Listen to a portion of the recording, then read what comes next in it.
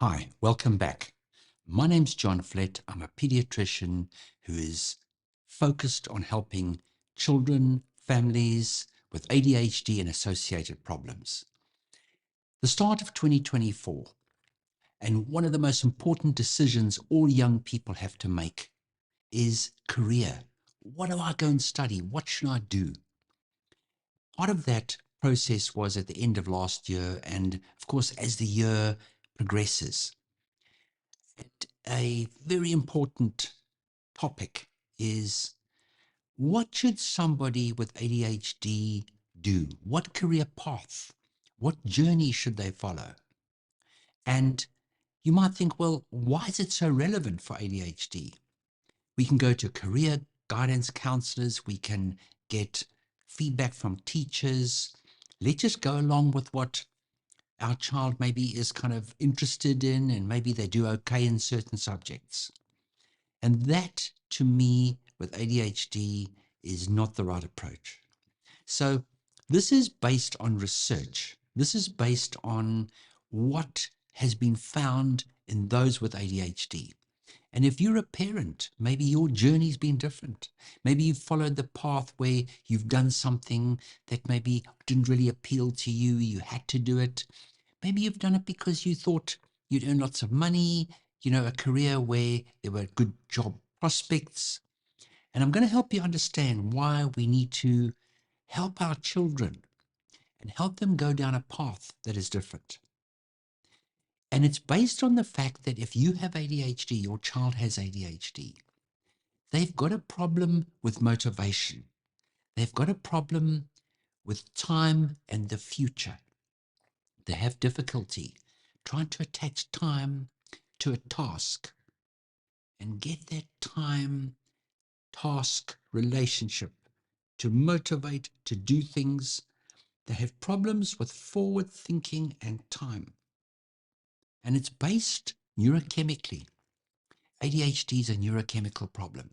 It's a problem with the neurotransmitter called dopamine and noradrenaline. And basically, it's motivation.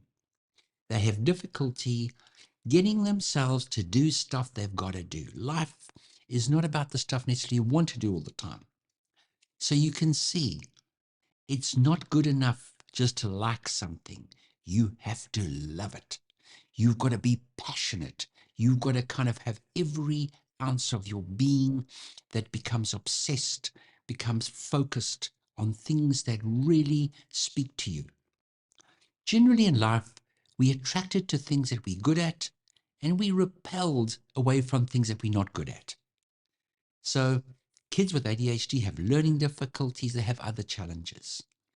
But if we take those other challenges aside, it makes sense for somebody with ADHD to do something that speaks to them, where they have natural talent, they have burning desire. They find that when they do those things, it's like being on holiday. Life is about finding that balance between opportunity, talent, and natural talent. It's about finding your path that you know that you're good at. Find things. Don't spend the rest of your life trying to be better at things that you're not good at. Try and focus on things that you have a talent, and with ADHD, it's got to be something that really you're passionate at. Now, there are different types of careers, of course. And, this is not necessarily kind of apply to every single person. But I'm just speaking to you and giving you the experience that I see in my own practice. And every year, towards the end of the year, I see, end of the year kind of school leavers, they've got their lists of priorities, what they want to study. Maybe they've got first choice, second choice, third choice. And sometimes I'm quite blown away by some children, and sometimes, unfortunately, they're influenced by their parents. Their parents have got this ideal, and maybe, I don't know, they're trying to live their own lives, trying to kind of recreate the missed opportunities that they had. And they maybe think that, this is where the money is. Maybe I need to become a chartered accountant. That's where the money is. I know that the top 100 directors of the FTSE 100 companies, they're all kind of chartered accountants, they're all financiers, and maybe that's not your child's kind of talent. Maybe they're not motivated by that. You might not see, you might think, well, their motivation, their talent is, I've had kids say, look, I want to be a gaming kind of expert. I, I want to go into sports. I want to go into outdoors. I'm interested in wildlife. Some children are incredibly artistic and they've got such a natural burning talent. And I saw a child that wanted to go and do engineering when they didn't do that well at science and maths. And you can see that that's not necessarily going to work out.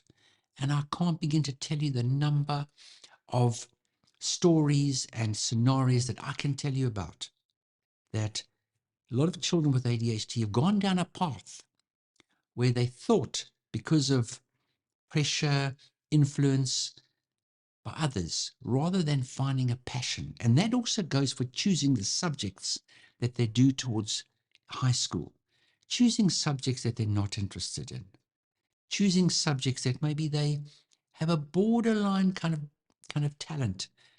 You've got to allow your child to follow their passion. And I truly believe this. When I deal with parents, families, and look at parents who've not necessarily done well academically, but they've found their stride. And remember, the ADHD brain is immature. It only kind of gets its kind of maturity into the late 20s and 30s. Unfortunately, with ADHD, it takes into your 30s to get your what together. So don't necessarily push your child down a path with what you think is lucrative. Try and help them understand their passions.